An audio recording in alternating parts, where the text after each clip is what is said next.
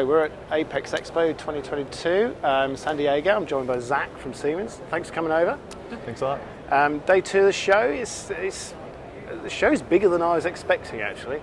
Yeah, there's a little larger turnout than I was expecting. Not quite as many people as we used to see, but maybe more serious people. The people that actually came on site really have some challenges they're looking to address, and they need to look at what's available to address those challenges. So a lot of good conversations and a lot of good follow-up I think we're going to have. Good, yeah. And it is good to be able to see face to face, talk to people. Yeah, properly, that's interesting. It's a bit, we're getting used to it again, haven't we? Yeah. Maybe face to mask usually.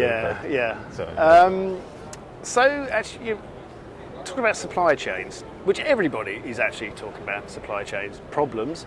But it's interesting, every business has said how resilient they are and, how strong their supply chains are and everything. The last few years have really put that to the test, haven't it? Yeah. It's really thrown a spanner in the works, supply chains globally, and it's really interesting how people are dealing with that, adapting to it, and in your case, come out with some innovations. Yeah.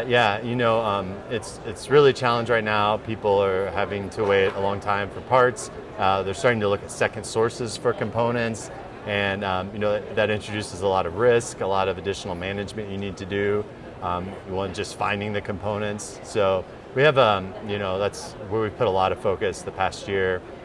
We've done some investments and acquired some people to help us with that.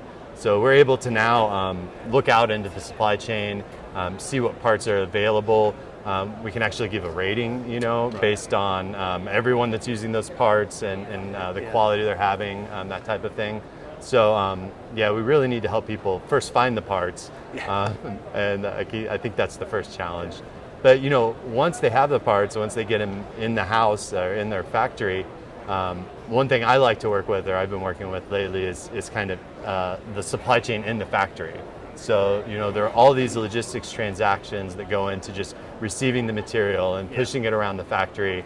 And if you go around and look at the floor, you see material towers, material shelves, warehouse control systems, and AGVs. All this automation that is used to drive the materials around the factory. But a lot of times what I see when I go into factories are AGVs sitting in the corner. Right. They're not doing anything. There's something, people really want to use this automation, but you really need something to tie it all together. So if you can imagine, getting a component from the warehouse to the line, all of the transactions and systems and automation that goes into that, it's actually quite a complex thing. Yeah. So that's what we've been focusing on at Siemens is we call it intra-plant logistics. It's kind of, I think, a newish domain of looking at these moving things around the factory. And what we're able to do is actually monitor the production, forecast when materials need to be replenished to the line, order those to dispatch the AGVs to the warehouse to pick those up, provide instructions to the operators in the warehouse, maybe send requests to towers to output the materials that are there, and then get those to the line so that the line keeps running. Right, yeah. So it's a big kind of mix of the automation, of maybe the ERP system and the inventories in the factory. And it's a lot to put together to get kind of the right component at the machine at the right time with no downtime and without a lot of labor put into making it happen. That's the key as well, isn't it? And that, labor saving and removing the necessity for someone to have knowledge of every single component, where it should be and what it should do, is a huge win for a company, isn't it? Exactly, yeah. And another interesting thing as far as components go, I think, is once we're looking at these second source components and we're bringing them in from other places, and we're adding a lot of risk to maybe having counterfeit components in our factory. And so there's a lot of different layers of protection to keep you from doing that. You do receiving inspection, you have audits you do. But recently, especially with the pandemic and the lack of travel, things like audits aren't happening. No people aren't going to factories and auditing. So something I've seen recently, which I think is really cool, is building actually AI machine models that can use the images coming from the SMT machine placement camera to identify counterfeit, or maybe, not really counterfeit, but not authentic components, things that have been passed off as something else, or maybe they've been reworked and reused, or possibly even, sabotaged and reprogrammed. So I really like that. It's, stops it right at the line and prevents because once it's assembled on the board, it's gone, and you won't know it's bad until it goes to the field and fails. So, a lot of aspects of the supply chain are really gaining a lot of focus right now, and it's very interesting. Like you say, that internal supply chain around a business, we've always been talking about, machines talking and to each other, and big data and all, storing stuff in the cloud, all those sort of things, which you forget that actually they can only do their job if everything else around them, the components are coming to them the right way, and you can manage everything properly, that will actually be efficient. Yeah, we see a lot, today everyone depends on their ERP system, but the ERP is not really up to the task to managing all of this. So what happens is you have, the best ERP system in the world, but then on the floor you've got a lot of people doing a lot of work to make things happen. So that's what we want to do with Intra Logistics, is kind of put something in the middle of the floor in the ERP system that can translate and provide all of the logistics transactions automatically. How are your customers getting on board with it? I think it's something for us. It's kind of an evolution. So we have customers that were using it before the automation has been added on, and they've started making that transition. We brought on some new customers. That one of our customers has a fully smart factory. They have all of the AGVs, the S&T line is getting components delivered. The whip comes off the line and goes into storage before it goes to this kind of cellular manufacturing approach.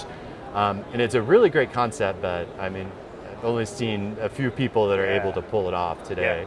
And of course they're working with us, so that makes it possible. It's good, yeah.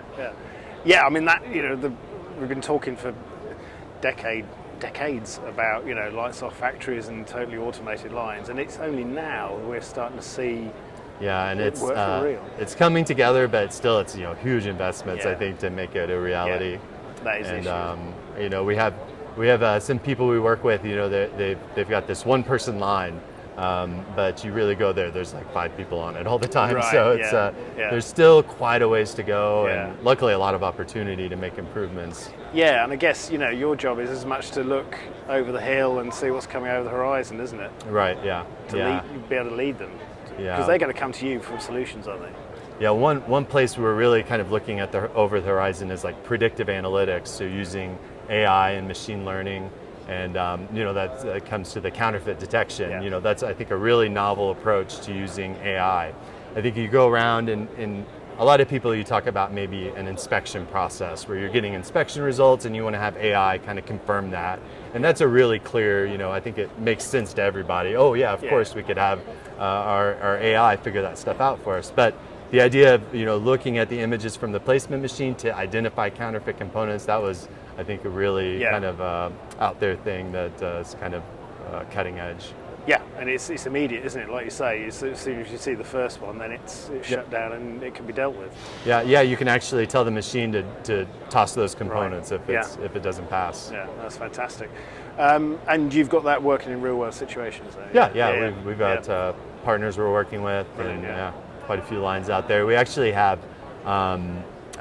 OEMs requesting their EMS to run this, so that they can have kind of a second check that everything that's being assembled at my EMS is passing. Fantastic. Well, I hope the rest of the show is successful for you. Yeah, should be very good. Good to have, that people are coming over and actually talking to you about it.